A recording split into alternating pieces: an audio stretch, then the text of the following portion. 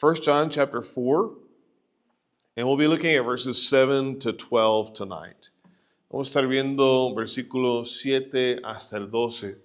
Por los que han estado aquí con nosotros, el sermón y el pasaje se escuchará parecido a lo que estudiamos hace unas semanas. Si no te has dado cuenta ya, se nota que el apóstol Juan se repite mucho en su carta. ¿A qué se debe eso? Hay varias teorías. Unos dicen porque Juan ya es anciano y ya como un varón grandecito, ya, ya se repiten las cosas. Otros dicen es por su audiencia, que les considera niños. Ya a los niños se les tiene que repetir muchas veces. Y no sé cuál será su motivo. Quizás simplemente es porque es buen comunicador en la universidad. Cuando llevas una clase de comunicación y discurso público, muchas veces te dicen, diles lo que les vas a decir, y luego les dices qué es lo que les acabas de decir. Entender que se entiende que se enseña por medio de repetición. Total, se repite el tema del amor. Amar unos a otros al reflejar el amor de Dios que se ha expresado en Cristo Jesús. So John, if you've been tracking with us, we go through just kind of passage by passage, books of the Bible. This sermon and this passage sounds a little bit like what we looked at a few weeks ago. John repeats himself quite a bit in this letter. And there's some different reasons that people have thrown out there. Some people think that John wrote this as an older man, and maybe he's just, kind of repeating himself, because sometimes older men do that. Some have said, you know what, it's really because of his audience. He says that they're like kids, and you've got to repeat yourself a lot to kids. And I don't know what the reason might be. Maybe he's just a good communicator. They teach you if you take a speech class in college or something, a lot of times what you're supposed to do is tell them what you're going to tell them, and then tell them what you told them, right? Just repeat it, and hopefully it'll sink in eventually. John is adding things along the way, but we're back to that theme of loving one another because we know what love is when we look at Jesus. Volvemos a la tema de que debemos amar porque nosotros sabemos lo que es el amor.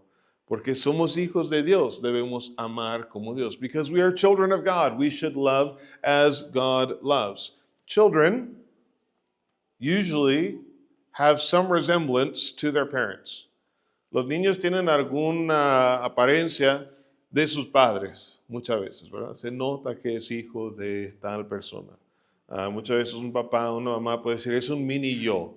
A lot of times, a parent can say to us, oh, it's my mini me, right? It's a kid who's just like me. They look just like me. But sometimes that doesn't happen. A veces no es así. Estaba viendo mis ovejas en la mañana y tenemos una ovejita negra y tiene sus dos borreguitos blancos.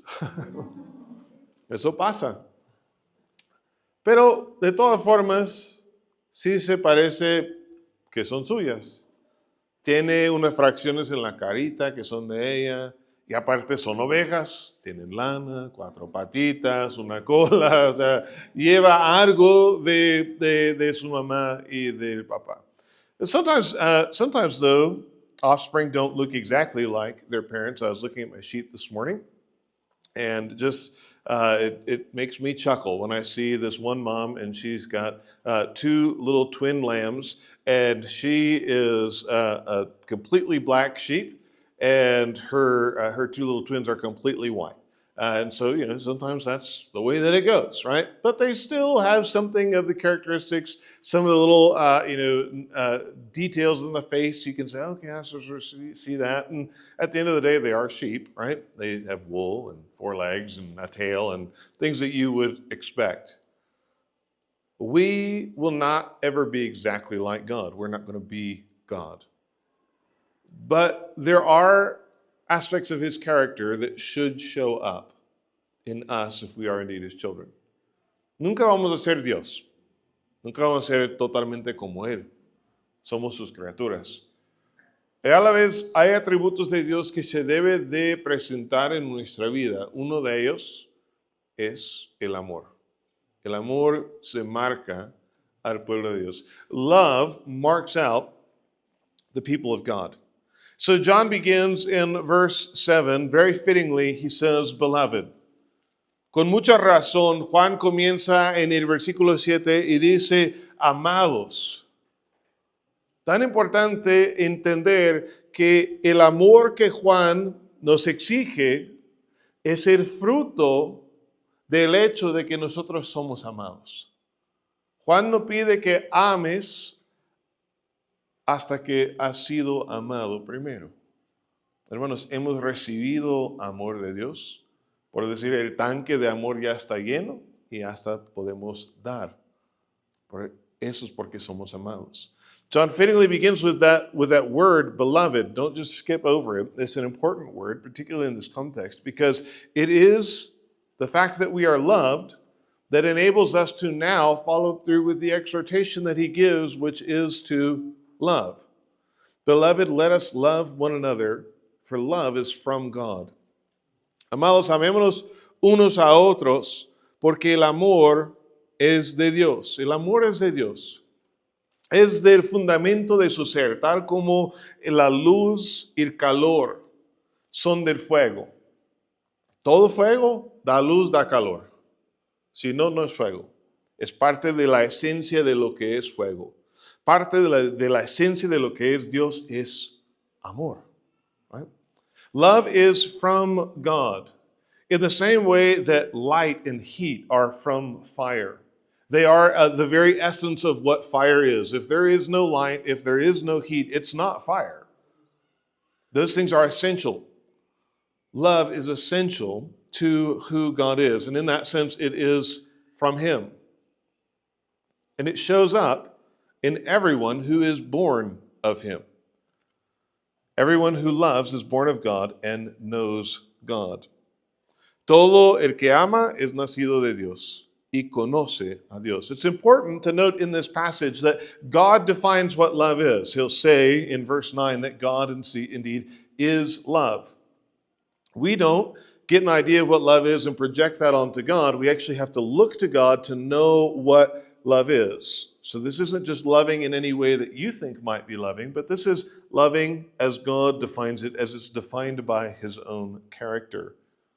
El amor es de Dios, quiere decir que amar, cuando amamos, no amamos de cualquier forma que nos da la gana, amamos de acuerdo al carácter de Dios, porque Dios es amor, versículo 9 lo va a decir, y eso quiere decir que Dios define el amor, no que Dios es definido por nuestras ideas de lo que es amor, sino que nuestra idea de amor tiene que ser formado y definido por Dios mismo.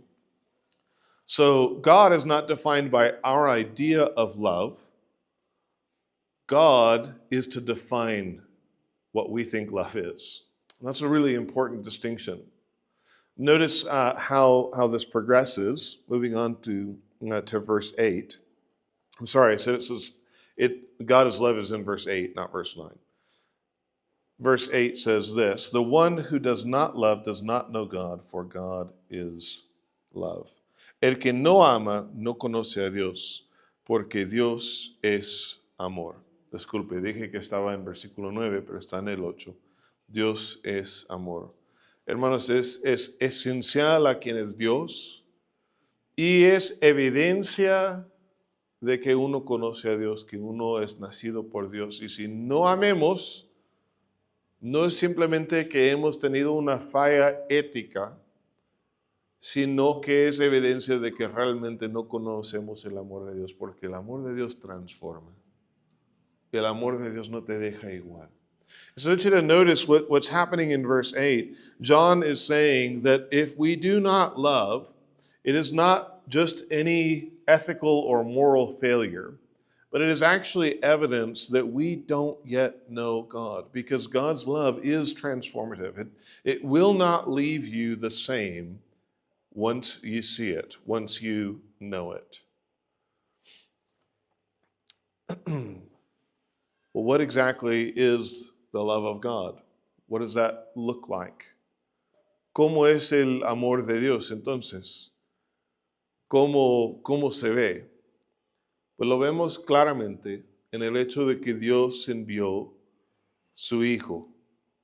We see the love of God. If you want to know what love looks like, you want to know what love is, you look to the fact that God sent his Son. By this, the love of God was manifested. So what is an abstract idea, sort of difficult to put into words, is made concrete in this.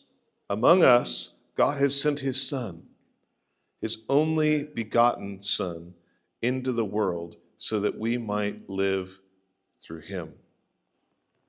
Se manifestó el amor de Dios. El amor es una idea abstracto, difícil de definir. Pero se da un ejemplo concreto, el ejemplo más perfecto, el ejemplo perfecto, en el hecho de que Dios ha enviado su Hijo unigénito al mundo para que vivamos por medio de él. Nota quién inicia aquí. Look at who initiates this. Dios ha enviado. God sent. And he sent his Son to the world. Envió su Hijo al mundo. And you'll remember that John, when he uses that word world, he oftentimes has in mind the rebellious, fallen world. A world of people who have rejected God and his ways. Cuando Juan usa la palabra mundo, se refiere al mundo caído, a un mundo donde las personas han rechazado a Dios. No lo han querido. Activamente han dicho que no les interesa al Señor. Y aún así Dios envió su Hijo. Hermanos, muchas veces cuando nosotros somos ofendidos por alguien, pensamos de esta forma. Ya tal persona me ofendió y yo no pienso en hablar con esa persona hasta que viene y pide disculpas conmigo. Y les damos lo que llamamos el tratamiento de silencio. ¿Verdad? Hasta que viene a pedir disculpas, yo no quiero nada que ver. Ya no le voy a mandar tarjeta de Navidad, ya no le voy a mandar mensaje, y si lo veo en la tienda, le voy a hacer así. Hasta que venga y me pide disculpas por lo que hizo. Así nos ponemos. Gloria a Dios que Dios no se puso así.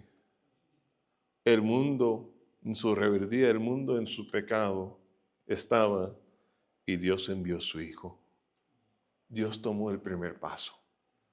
I want you to notice how striking this is because God sent his Son. It's so different than the way that we tend to function, right? If we have a disagreement with somebody offends us, we tend to think like this. You know what? I'm not going to talk to that person until they come and they say they're sorry. I'm not going to send them text messages anymore. I'm not going to send them a Christmas card. If I see them in the store, I'm going to look the other way. I'm going to give them the silent treatment until they come to me and they say they're sorry. That is a common way for humans to react when we're offended. Praise God, he doesn't do that. Right? He sent his Son. Romans 5, 8 through 10 talks about how while we were yet sinners, God sent his Son. Right? When we were enemies, Romans 5:10 says, God sent his Son for us.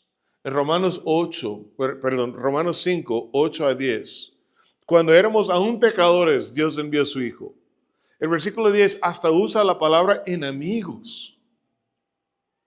Hermanos, a veces pensamos que no, es que uno está pasivamente perdido, pero no tiene nada en contra de Dios. Así no es como la Biblia lo describe. Dice que el que peca, peca con intención. Dice que éramos enemigos del Señor. Y aún así Él nos buscó. Y Él envió su Hijo. Sometimes we speak in ways that give the impression that those who aren't in Christ are just kind of passively confused. That's not really the way the Bible tends to speak, though. There is a picture of lostness in Luke 15 and 19. Praise God, Jesus came to seek and save that which was lost. But when that lostness is played out, it plays out in the story of the prodigal son in Luke 15, who knew what he was doing. He was a rebel. To sin is to rebel against God, to be an enemy of God, not to be passively mixed up and confused. That's why Paul says we were enemies. And yet God sent his Son.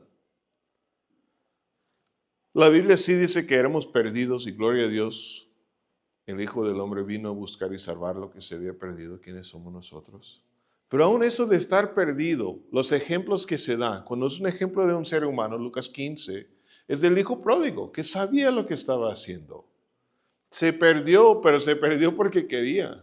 Se perdió porque era rebelde. Pero aún así, Dios envió su Hijo. Dios ha enviado a su Hijo unigénito. Nosotros somos hijos de Dios, pero no como Jesús. Jesús eternamente ha sido el Hijo de Dios. He sent His only begotten Son. Jesus is the Son of God in a way that we are not, even as we are adopted into God's family. He is the eternally begotten Son of God, who is always with God. He's the Son who never rebelled, who never failed, and yet He was sent so that we might live through Him. El Hijo unigénito de Dios, que nunca pecó, que nunca falló, fue enviado al mundo para que nosotros viviéramos por medio de Él. Dice la Biblia que todos hemos pecado y que el pago del pecado es que muerte. Pero Cristo vino para que viviéramos. So the Bible says that the world is full of people like you and me who are sinners. Sin is anything that we do, say, or think that's contrary to God, or anything that we choose not to do that we should have done. And the wages of sin, the Bible says, is death. And yet Jesus came that we might live. Hermanos, el pecado es cualquier cosa que hacemos, que decimos, que pensamos, o que negamos hacer que debíamos haber hecho, que está en contra de Dios. El pago por eso es una muerte, pero Cristo vino para que viviéramos. How's that work? Well, we get a little bit more explanation of the same thing in verse 10. ¿Cómo funciona eso? Se nos da un poco más explicación en el versículo 10. En esto conociste el amor. This is how we know what love is. Not that we loved God, but that He loved us. No en que nosotros hayamos amado a Dios, sino que Él amó a nosotros. Otra vez, Él tomó el primer paso y envió su Hijo como propiciación por nuestros pecados. And He sent His Son to be the propitiation for our sins. That's not a word that we use very often. Propitiation might help you in Scrabble, right? It's a good word. That's really important to know what it means, though. Propiciación no es una palabra que se usa muy seguido, pero es una palabra muy importante. Hay que considerar qué significa. Una propiciación se refiere a un sacrificio que recibe el castigo que uno merece. Un sacrificio sobre lo cual se derrama la ira de Dios para que la ira de Dios no caiga sobre uno. Es como, tal vez podemos imaginar, usar un paraguas. ¿Qué es lo que estás haciendo cuando usas un paraguas? Está lloviendo, mientras no hace demasiado aire, la lluvia viene así de abajo, de arriba hacia abajo, y tú pones el paraguas y las gotas que iban a caer sobre ti caen en el paraguas. Y en vez de que tú te mojes, se moja el paraguas. Así es como el sacrificio de expiación, un sacrificio de propiciación funciona. La ira de Dios se derrama, pero en vez de caer sobre ti, se cae sobre el sacrificio. Jesucristo vino al mundo a hacer un sacrificio de propiciación, tomando la ira de Dios, tomando el castigo que nosotros mereciéramos, para que no tocara a nosotros. Jesus Christ came to be a propitiation for our sins. A propitiation is the sacrifice upon which the wrath of God is poured out so that the wrath that one deserves is not on them, but on the sacrifice. You might think of this as like an umbrella, right? An umbrella, the way an umbrella works is it's raining, which comes down, right? Rain's falling down, and you put the umbrella between you and the rain, and all of the raindrops that would have fallen on you fall on the umbrella. And the umbrella gets wet, but you don't. That's the idea of what a propitiation is all about. The wrath of God that would have come on you falls on the sacrifice so that you are able to escape unscathed. The Old Testament sacrificial system pointed forward to the ultimate propitiation of Jesus Christ. El sistema de sacrificios en el Antiguo Testamento estaba señalando por delante al sacrificio del Señor Jesucristo. Se habla en el Antiguo Testamento por medio de los profetas de un día del Señor cuando la justicia de Dios se va a derramar sobre el mundo y dice que en aquel día, aunque está de día, se va a volver oscuro. En aquel día dice que la copa de la ira del Señor se va a derramar. Qué interesante. Cuando Jesucristo fue crucificado, ¿qué pasó? Se volvió oscuro. ¿Recuerdan cómo Jesús oraba en el huerto de Getsemaní? Padre, si es posible que esta copa me pase. ¿Qué copa? La copa de la ira de Dios. El día del Señor, el juicio de Dios fue derramado en el día de la crucifixión. ¿Sobre quién? Sobre Jesús. The Old Testament sacrificial system points forward to the propitiatory sacrifice of Jesus, and the prophets speak of the day of the Lord, a day when the wrath of God will be poured out. It's interesting to note just a couple of references. Joel and Amos say on the day of the Lord, it'll be dark at noonday. Jeremiah and Isaiah talk about the cup of God's wrath being poured out. Just think about how those things connect with Jesus. What happens when Jesus dies on the cross? The sun is darkened.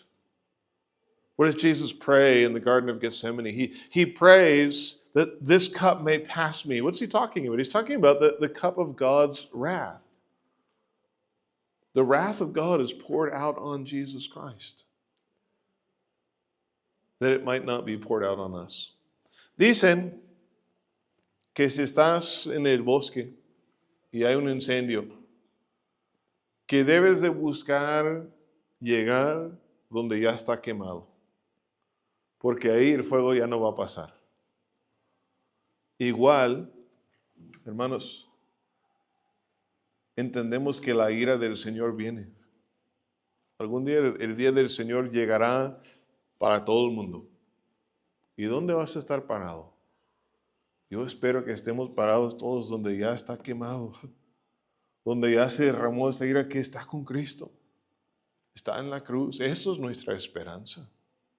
They say that if you ever find yourself in a situation where there's a wildfire, the best place to try and get to is where it's already burned, because the fire is not going to pass through there again. Likewise, as you look forward and God says there will be judgment one day, I encourage you to run to Jesus, run to the cross where the wrath of God has already been poured out, because it won't be poured out there again. That's where our hope is. Well, this then becomes the foundation for understanding what love is. God sacrificing for us, putting our well-being above what it cost him to pay for our sin. Esto ya es el modelo por lo que es el amor. Dios buscando el bienestar de nosotros, aunque le cuesta. Y ahora Juan vuelve a su exhortación, que nosotros debemos amar. Mira cómo habla en el 11. Amados, si Dios así nos amó, también nosotros debemos amarnos unos a otros. Verse 11 says, Beloved, if God so loved us, we ought also to love one another. No one has seen God, verse 12, at any time. If we love one another, God abides in us, and his love is perfected in us. Versículo 12, a Dios nadie le ha visto jamás. Si nos amemos unos a otros, Dios permanece en nosotros, y su amor se perfecciona en nosotros.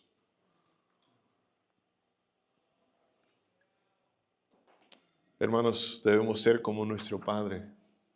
Debemos amar. ¿De dónde viene el impulso de amar? Mirando a la cruz, mirando el gran amor que Dios tiene para nosotros.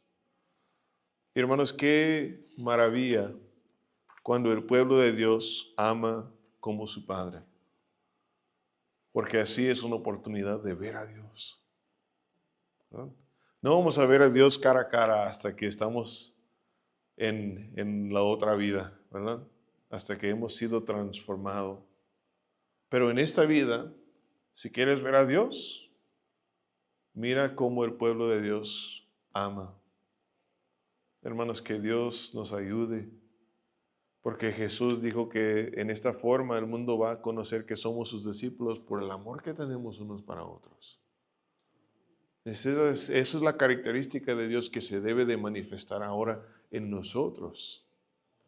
And so this love of God should manifest in our lives as well. We should strive and desire to be like him because we've been shaped by his love.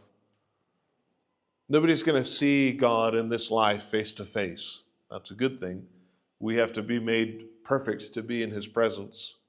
But in this life, where you will see God is when God's people love, as God's people act like the Father, as God's people reflect the love of God expressed in Jesus Christ.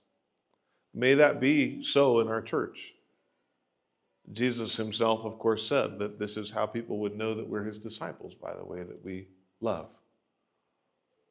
Así que vamos a estar orando, hermanos, que Dios nos dé ánimo, que Dios nos ayude, porque el amor de Dios no guarda rencor, ¿verdad? El amor de Dios no busca vengarse. Qué triste en una iglesia cuando pasa cosas así. Cuando haya divisiones, cuando haya pleitos, cuando no se perdone. Que Dios nos ayude a guardarnos contra eso para que amemos como Dios nos ha amado. Y qué bendición vivir libre, vivir libre de tener que estar peleando y así. No, amemos como Dios ama. Y si no responden como uno quisiera, ¿qué importa? No dependemos de nadie más para llenar nuestro tanque de amor, por decir. Ya somos suficientemente amados con el gran amor que Dios nos ha dado.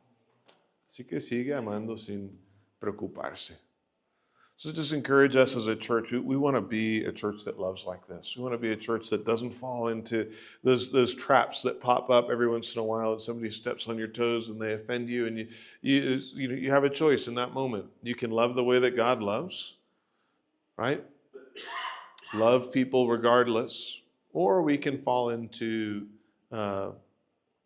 bitterness and keeping score and all the ugly things that can happen. We don't want that. We want our Father's characteristics to shine through in our lives, in our church. So let's pray to that end together. Padre, gracias te damos por tu gran amor. Es un amor que no merecemos para nada. Y es un amor que nos inspira. Queremos ser más como tú, Padre. Ayúdanos a reflejar tu gran amor en nuestra manera de tratar unos a otros. Que se guarde nuestro corazón contra el rencor, contra buscar venganza, y que amemos sacrificialmente tal como tú nos has amado. Gracias, Señor, porque veo ya este amor en nuestra iglesia. Yo pido que siempre sea así y que tú nos ayudes a crecer cada día, madurar cada día para ser más y más como tú.